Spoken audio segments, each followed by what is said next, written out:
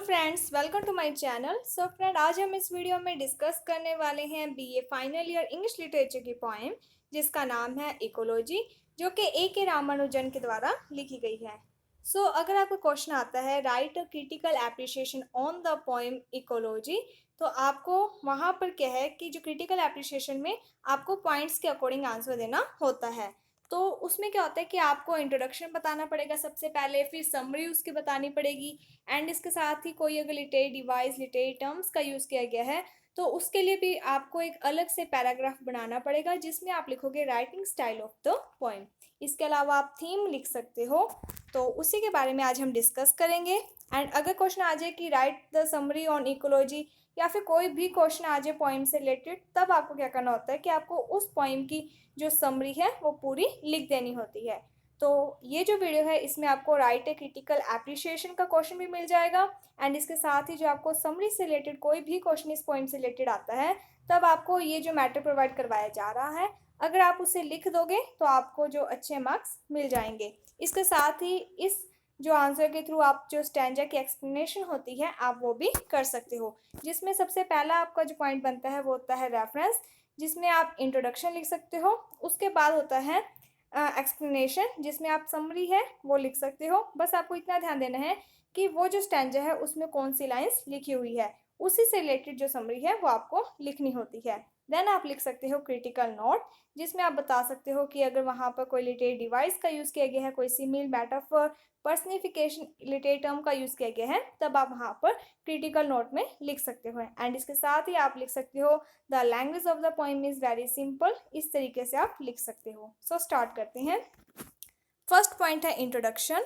The poem ecology is taken from Ramanujan third volume of poem second side. तो ये जो poem है ecology, ये ए के रामानुजन के द्वारा लिखी गई है और उनका थर्ड वॉल्यूम था, जिसका उनका जो थर्ड वॉल्यूम है उन्हीं की एक पोइम थी सेकंड साइड, उसमें से ये ली गई है।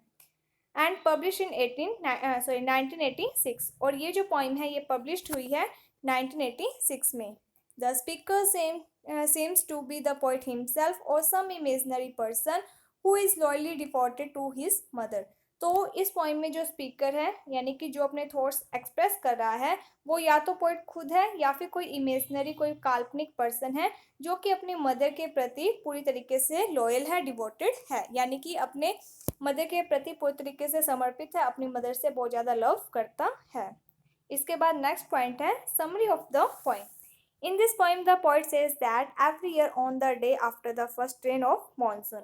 जो पोइट है, यानी कि जो पोइम है उसकी स्टार्टिंग में क्या होता है कि जो पोइट है वो बताते हैं कि हर साल इस दिन, यानी कि जब मॉनसून की फर्स्ट रेन होती है उस दिन क्या है, ही रिटर्न होम इन एंगर। वो अपने घर आता है, और जब वो अपने घर आता है तब क्या है कि वो गुस्सा होता है, यानी कि उसे बहुत ज़्यादा गुस्सा आता है। वाइल रिटर्निंग होम, जब अपने घर आ रहा होता है, the poet could see 3 red champak tree grown in his house. तब क्या है कि वो दूर से ही 3 लाल रंग के जो चंपक ट्रीज हैं उन्हें देख लेता है, जो कि उसके घर के बाहर जो गार्डन है वहाँ पर लगे हुए हैं। ड्यूरिंग मानसून सीजन, और मानसून के सीजन में दिस ट्री क्रिएट प्रॉब्लम्स, और ये जो ट्रीज हैं ये क्या है, कोई ना कोई प्रॉब्लम क्रिएट कर देते हैं। अब वो क्या प्रॉब्लम है? When they were full of flowers, जब ये जो ट्रीज हैं ये पूरी तरीके से फ्लावर्स से भर जाते हैं, तब क्या है कि कोई ना कोई प्रॉब्लम क्रिएट होती है। अब वो क्या प्रॉब्लम है? The poet's mother was allergic of smell of champak trees.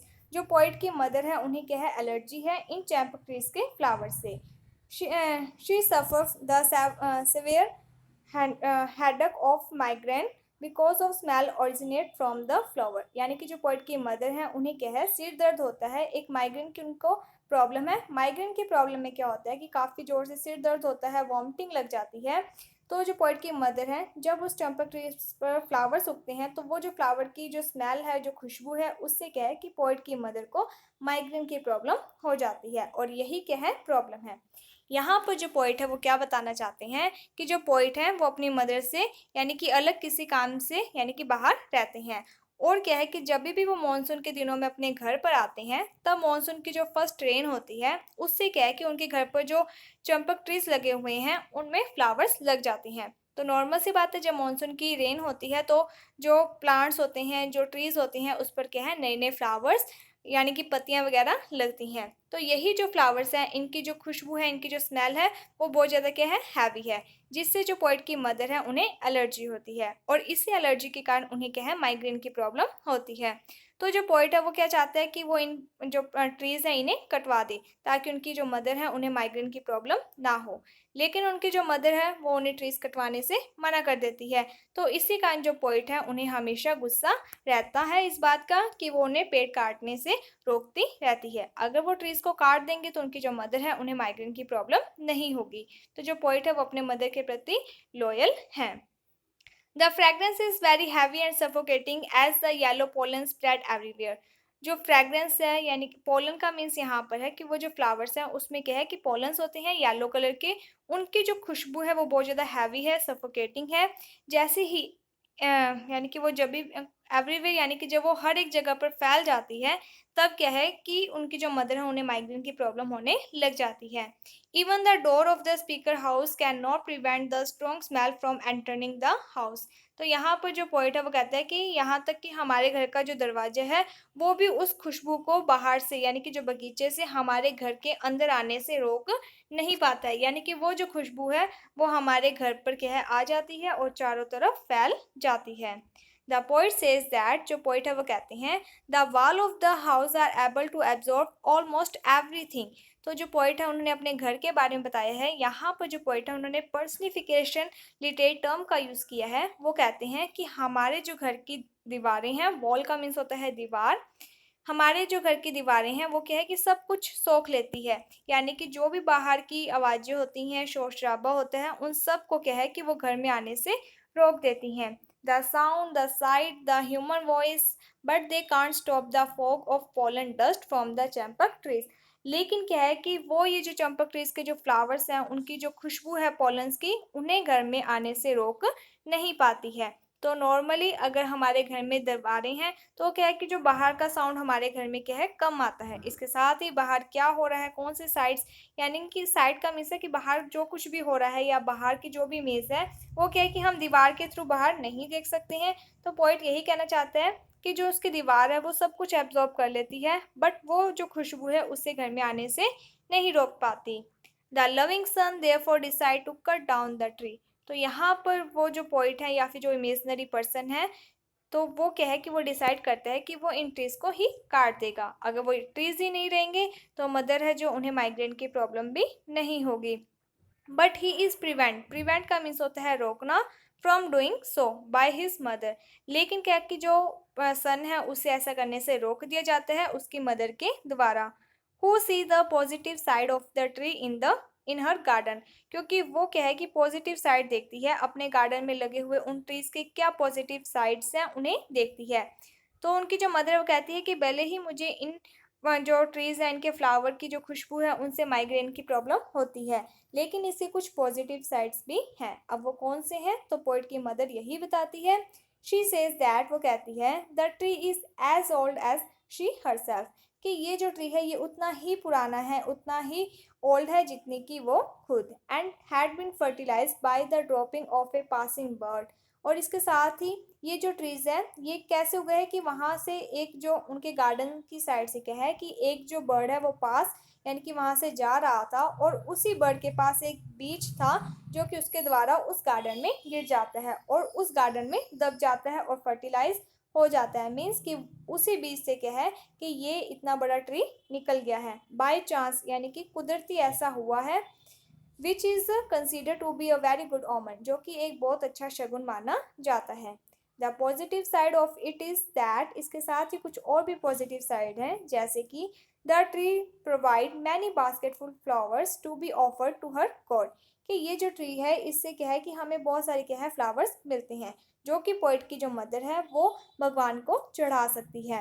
And to the daughter and daughters every year all though the tree would give a tribal migrant to one line of cousin as a regency। तो यहाँ पर जो poet की mother है वो कहती है कि ये जो ट्री है एक बहुत ज़्यादा अच्छा शगुन माना गया है। क्यों? क्योंकि ये एक पासिंग बर्ड के द्वारा जो बीज गिर जाने से उगा है।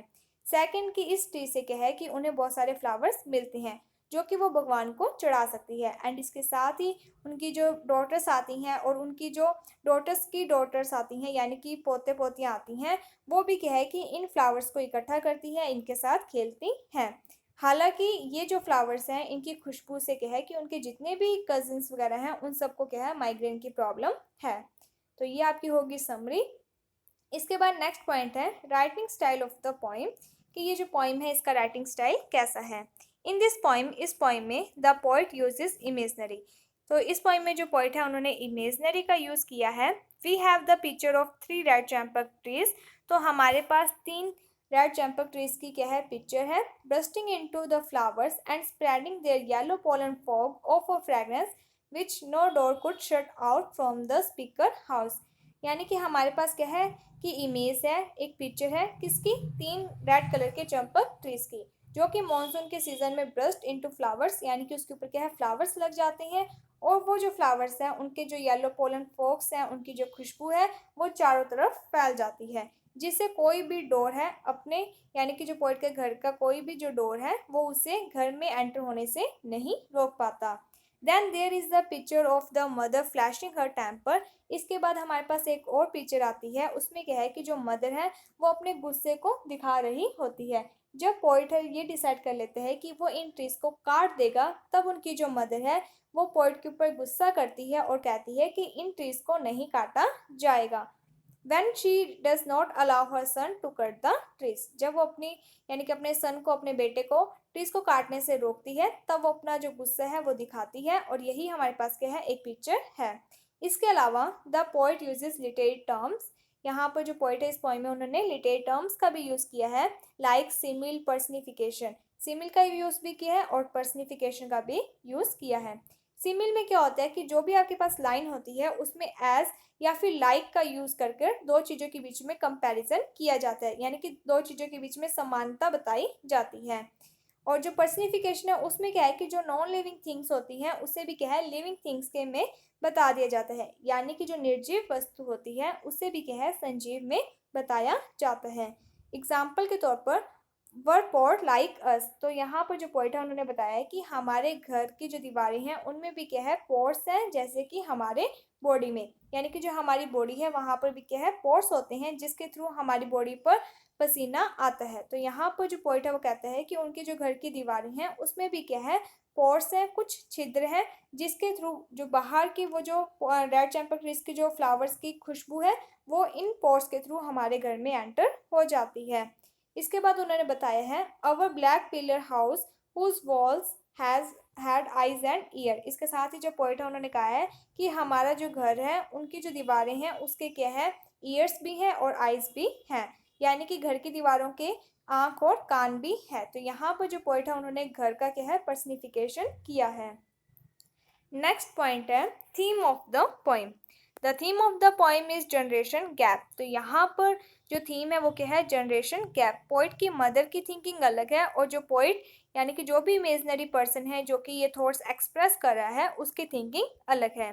The poet has try to show the difference in the view of people belonging to the old generation and those belonging to the new generation। इस पोइम के थ्रू जो पोइट है उन्होंने दो जनरेशन के बारे में बताया है, ओल्ड जनरेशन जो कि उनकी मदर जहाँ से उनकी मदर बिलोंग करती है एंड न्यू जनरेशन जहाँ पर पोइट बिलोंग करते हैं। The old people have emotion, memories, belief etcetera attach with the ecology. जो प्राचीन जमाने के लोग थे वो क्या है कि बहुत ज़्यादा भावुक होते हैं इकोलॉजी के साथ, इस पर्यावरण के साथ उनकी बहुत सारी यादें जुड़ी होती हैं, बहुत सारे क्या है बिलीव्स होते हैं। अगर आप भी देखोगे कि जो दादाजी या फिर हमारे जितने भी बुजुर्ग वगैरह होते हैं उनकी क्या है कि बहुत सारी ऐसी चीज़ें होती हैं जो कि नेचर के साथ जुड़ी हुई होती हैं, वो बहुत ज़्यादा क्या है इमोशनली अटैच होती हैं नेचर के साथ। For the people, for the poet और पोइट के लिए the red champak trees have no use. लेकिन जो आज के ज़माने के लोग हैं उनके लिए क्या है कि नेचर उतनी ज़्यादा मायने नहीं रखती है, यानी कि वो नेचर को उतना ज़्यादा प्रेफरेंस नहीं देते हैं जितने कि पहले के समय के जो लोग थे वो देते थे। तो यहाँ पर जो पॉइंट है उनके लिए ऐसा है कि ये जो रेड चैम्पक ट्रीज हैं इनका कोई भी यूज़ नहीं है। Their pollens pollute the air and the city. तो जो पोइट है उन्हें ये लगता है कि ये जो ट्रीज़ हैं इनके जो पोलन्स हैं वो क्या है कि इस एयर को पोल्यूट करती हैं, प्रदूषित करती हैं, ये जो सिटी है इसे प्रदूषित करती हैं। मीन्स कि ये जो फ्लावर्स की जो खुशबू है ये क्या है लोगों के लिए अच्छी नहीं है। They can't prevent from entering the house and the human body. And इसके साथ ही इस खुशबू को घर में और ह्यूमन की जो बॉडी है उसमें आने से नहीं रोका जा सकता।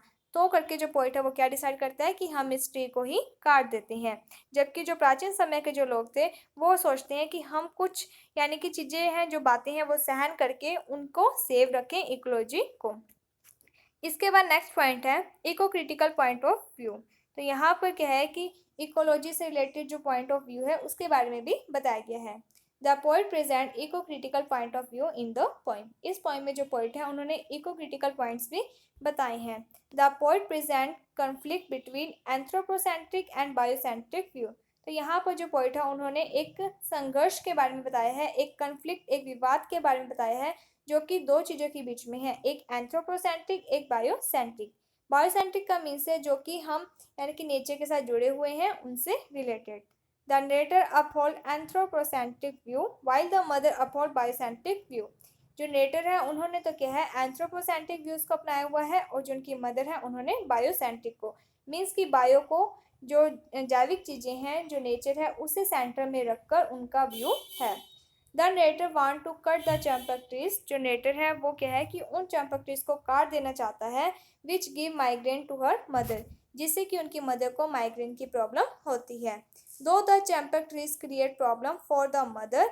हालांकि ये जो चैम्पक ट्रीज हैं इससे जो पोइट की मदर है उन्हें प्रॉब्लम होती है, but she does not allow him to cut the tree. लेकिन फिर भी वो क्या है कि इस ट्री को काटने से मना करती है, पोइट को अलाउ नहीं करती है कि वो इस पेड़ को काटे। दिस शो दैट, तो ये हमें क्या दिखाता है, the biocentric view of the mother. जो मदर है उनका बायोसेंट्रिक व्यूज को दिखाता है।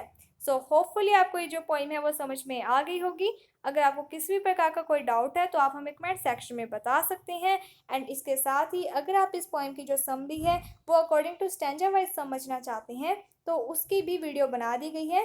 तो उसे क्या है कि आपको नई शुरुआत जो चैनल है उस पर आपको एक प्लेलिस्ट मिलेगी BA final year English literature poems. उस पर आपको क्लिक करना है और वहाँ पर आपको हर एक पोइम की जो समरी है अकॉर्डिंग टू स्टैंजा वाइज यानी कि स्टैंजास की लाइनों के अकॉर्डिंग समझाया गया है, तब आप उसे भी देख सकते हो। So thank you friends for watching my video. Thank you.